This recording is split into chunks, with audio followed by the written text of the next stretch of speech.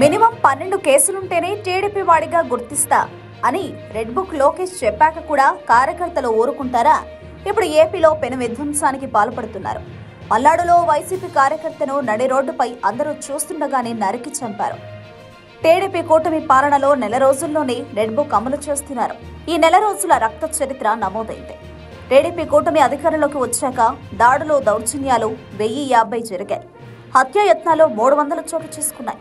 హత్యలు 31 జరిగాయి. వేధింపులు తాళలేక ఆత్మహత్యలు 35 జరిగాయి. ఇక ప్రైవేట్ ఆస్తుల ధ్వంసం 560 కేసులు, ప్రభుత్వ ఆస్తుల ధ్వంసం 490 నమోదయ్యాయి.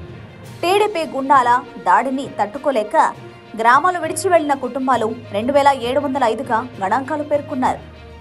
ఒక పల్నాడు జిల్లాలోనే తెలంగాణకు వెళ్లిన కుటుంబాలు 1500గా ఉన్నాయి. ఇక మహిళలు, చిన్నారుల రేపులు, హత్యలు చెప్పనక్కర్లేదు. 3 రేపులు 6 హత్యలుగా సాగుతుంది.